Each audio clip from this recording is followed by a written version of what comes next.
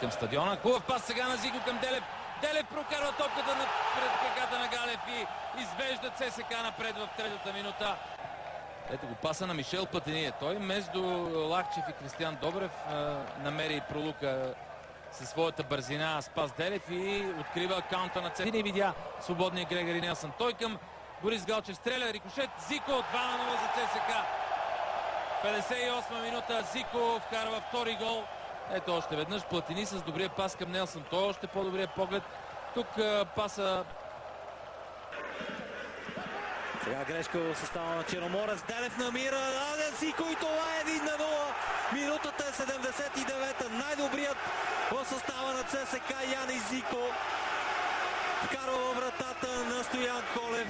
Затваря устите на своите критици. Още веднъж подаването на Спас Делев. Комбинация успоредно на гол линията. Сега Бандаловски играе с топката. Центриране Тодор Янчев. 1-0 за ЦСКА.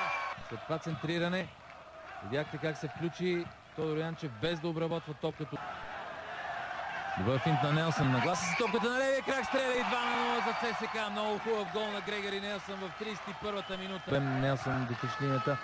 Финтира Детелин Димитров и с левия крак след. Бандаловски. Добро центриране на защитника. Удар с глава и 1-0. Яни Зико. Прекрасно центриране на Бандаловски. Чудесно се извиси и Яни Зико не успя да го покрие Коемджиев. Нова атака на ЦСКА. Сваля с гърди Мишел Платини. Възможност за гол. Удар и това е 2-0. Отново Яни Зико. Хита домакините. Още веднъж не се ориентира Коемджиев. Това, което имаха като задача в началото на втората част. Нова добра атака. Удар 3-0. Мишел Платини. ЦСКА Николай Чипев в игра на мястото на друг юноша на червените. Ян. Виждате и сега колко лесно преодоляват съперника си червените. Тодор Янчев възможност за гол. Удар на Янчев 4-0 за ЦСКА. 72-а минута. Лесно се разви тази атака на ЦСКА. И Мишел Платини и Станислав Костов с основна заслуга за попадението. Много е бърз Дечев. Добро центриране. Удар на Платини 5-0 за ЦСКА. В лагера на ЦСКА могат да бъдат доволни. Платини имаше пространство, привлече Бенжелюн към себе си, подаде към Мораес. Мораес естествено избра най-точния момент да върне топката на своя сънародник и акцията на червените сня. След това обаче игра с топката. Препъна левия крак на Мораес и да бъдат доволни. А изпълнението на Мораес бе определено хладнокръвно. Тази дуспа Мотив Пловдив и това бе сигурен гол. Засада сега обаче няма и Грегори Нелсън е сам срещу вратаря. Ще свърши ли тук матча? Нелсън подава и това е 3-0. За Бандаловски той видя абсолютно свободният наляво Спас Делев. Сега неубедително изява удар и 1-0 за ЦСКА. Яни Зико отбелязва петия си гол от началото на сезона. Минутата е 35-та. ЦСКА повежда като гост на Берое. Много груба грешка в отбрана за домакините, която бе подадена от Спас Делев. Това е играчът с номер 6 Янко Вълканов. Върху него пада и основната вина за този гол. Хубав удар с глава и това е гол! Червените изравняват в 23-та минута. Заспаха защитниците на Видим Раковски след изпълнението на корнера. Техния вратар Ивайло Василев ще взел добра позиция. Гледаме повторението. Фалцово центриране към него. Крачунов насочи топката с глава в обратния ъгъл. Така срещу Видима. Сега възможност за втори гол и това е 2-1 за ЦСКА. Спас Делев направи резултата 2-1 след прекрасно центриране от дясно. От началото на сезона Грегори Нелсън достави тази топка около точката за... Грешка сега, възможност за ЦСКА. Да видим дали ще се стигне до гол в тази ситуация. Да, това е 3-1, всичко вече е ясно.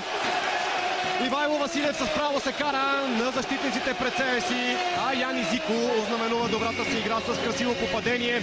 Шести гол за Яни Зико от началото на първенството. Сега нещо интересно ще направят футболистите на ЦСКА. Демонстрират завидни танцовални умения. Точи много добре. Зико тук показа своята техника и най-вече много рязкия си удар. Шутира, има пространство, страхотен удар на Грегори Нелсън. Ивайло Василев с една ръка успява да избие. След това удар в напречната града, но сякаш има дуспа. Виждате го на близък план. Междувременно Зико бележи 4-1 за ЦСКА.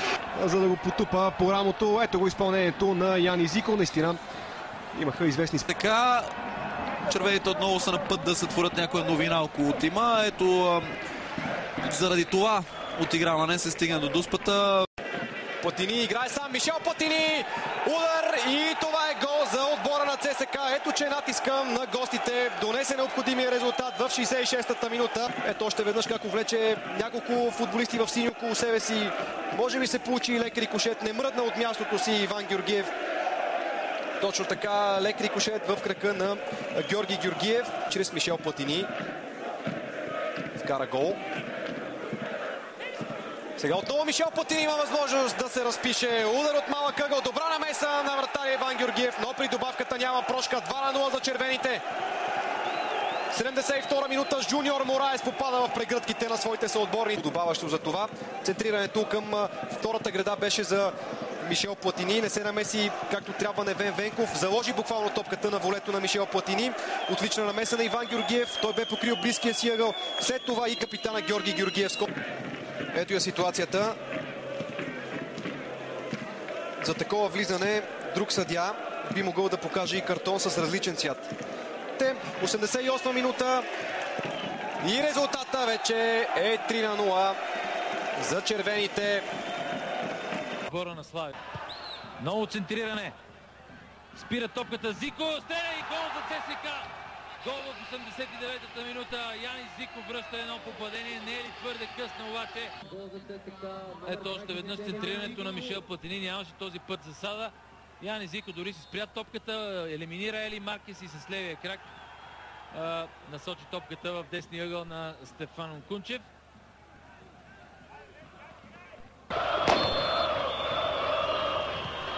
Ето го и неговото подаване. Там колебания и това е гол. 1-0 за ЦСКА.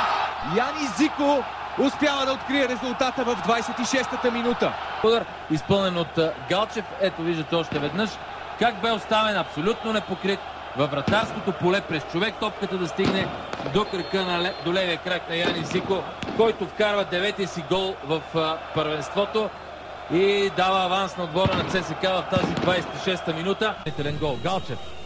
Случено положение. Петър Стоянов стреля! Какъв гол на Петър Стоянов! 1-1. Какъв мач. Петър Стоянов, ето виждате още веднъж. От границата на наказателното поле с палцуката. Лесно е губят. Жуниор Мораес обръща се и копна топката за Зико. Там Дениран играе с нея и тя влиза във вратата на ЦСКА. 2-1 в 40. Слага своя вратар.